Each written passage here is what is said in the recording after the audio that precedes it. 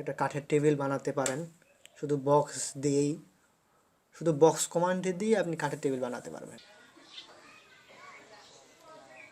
হরে কৃষ্ণ, আমি বিষ্ণু রয় Gauravi house builders থেকে। আজকে আমি আপনাদের নিয়ে এসেছি বললাম টপে।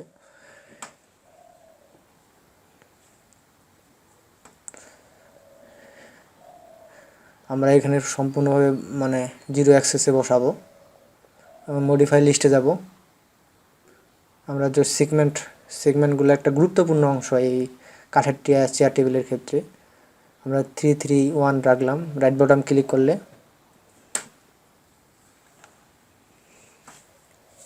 টপে গেলাম।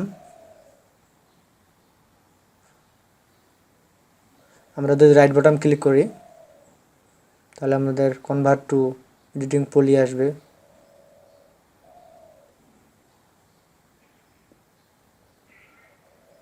আমরা এখান থেকে কাজ করব, কনভার্ট টু এডিটিং পলি আসবো। সিলেকশনে আমরা 1 হচ্ছে vertex, 2 edge, 3 border, polygon, elements 5 element. আমরা যদি এগুলোতে হটকি ব্যবহার করতে চাই, আমরা যদি 1 পেজ করি, শুধু 2 পেজ করতে পারি, 3 পেজ করতে পারি, 4 পেজ করতে পারি, তাহলে আপনাদের এই অবজেক্টগুলো চলে আসবে। এই অবজেক্টটা মানে এই কমান্ডটা আপনার কাছে চলে আসবে। আমরা যদি ভার্টেক্সে যাই,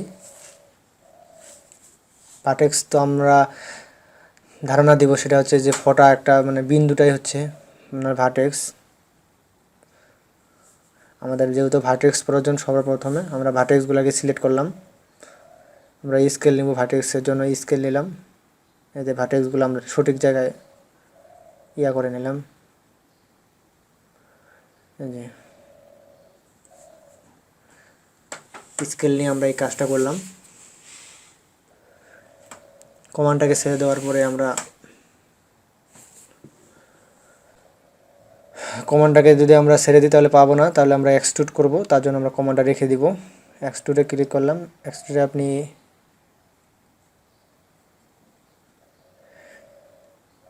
আমরা এই পলিগন নিয়ে কাজ করব এখন। পলিগন নিয়ে আমরা এই কমান্ডটা পলিগন নেব। আর অবশ্যই আপনি এই পলিগন নেওয়ার সময় কন্ট্রোল প্রেস করে ধরবেন।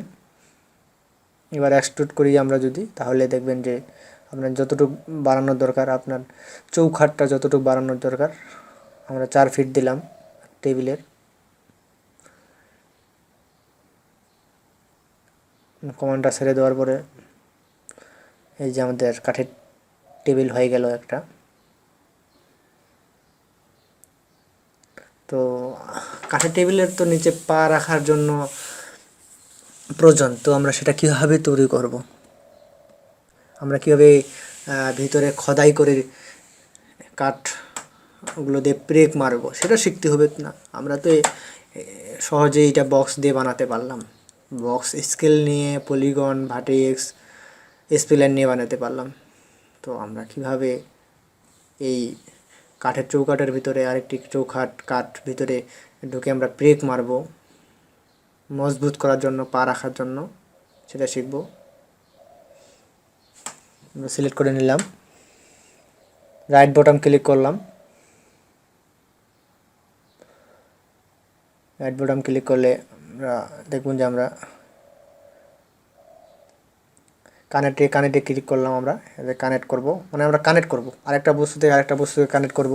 যদি আমরা এখানে সেগমেন্ট 2 দিই, তাহলে আমাদের সেগমেন্ট 2টা হয়ে যাবে।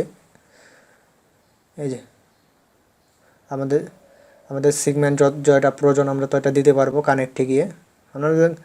এটা আমরা কি শিখলাম যে আমাদের কোনো একটা অবজেক্টে আমাদের সেগমেন্ট প্রয়োজন, তো আমরা তো সেগমেন্ট অটোমেটিকলি আসে, কিন্তু আমাদের সেগমেন্ট অতিরিক্ত একটা সেগমেন্ট প্রয়োজন। তাহলে আমরা কানেক্টে যাব, রাইট বাটন ক্লিক করলে আমাদের কানেক্ট আসবে। আমরা সেখান থেকে আমাদের যেটা প্রয়োজন, মানে কানেক্ট বলতে অন্য একটি বস্তু অন্য একটি সেগমেন্টকে অ্যাডজাস্ট করা। যেমন আমরা কাঠের জয়েন্ট করার জন্য, আর তা আমাদের এই জয়েন্ট করার জন্য এগুলোকে আমাদেরকে খোদাই করতে হবে, কাটতে হবে। তো আমরা কাটবো কীভাবে? আমরা পলিগনে যাব। পলিগনে যাওয়ার পর আমরা যতটুকু কাটবো ততটুকুই আমরা সিলেক্ট করব। এই যে আমরা একটু কাটবো, এটুকের মধ্যে আমরা ফুটা করব। সিলেক্ট করার পরে আমরা খোদাই করব। এখন আমাদের খোদাই হয়ে যাবে, দেখবেন। আমরা যদি ডিলিট বাটনে ক্লিক করি তাহলে দেখবেন যে ফাঁকা হয়ে গেছে। ডিলিট বাটন ক্লিক করলে ফাঁকা হয়ে গেছে। এই যে ব্রিজ যদি আমরা এবার নিই তাহলে দেখবেন যে জয়েন্ট হবে। কতটুকু প্রয়োজন আপনার।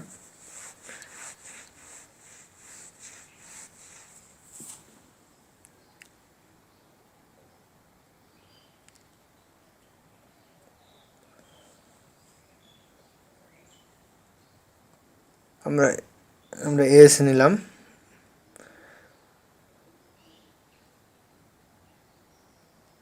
বর্ডার নিলাম। বর্ডার নিলে আমরা ব্রিজে যাব। এই যে ব্রিজ নিলাম, বর্ডার ব্রিজ নিলাম, আমাদের জয়েন হয়ে গেল। আমরা বর্ডার দিলাম, বর্ডার পরে আমরা ব্রিজ করলাম, তাহলে আমাদের এই যে জয়েন হয়ে গেল, কানেক্ট হয়ে গেল। আপনারা দেখলেন যে আমরা কাঠের ব্রেকটা কীভাবে অন্য জয়েন্টে দিলাম।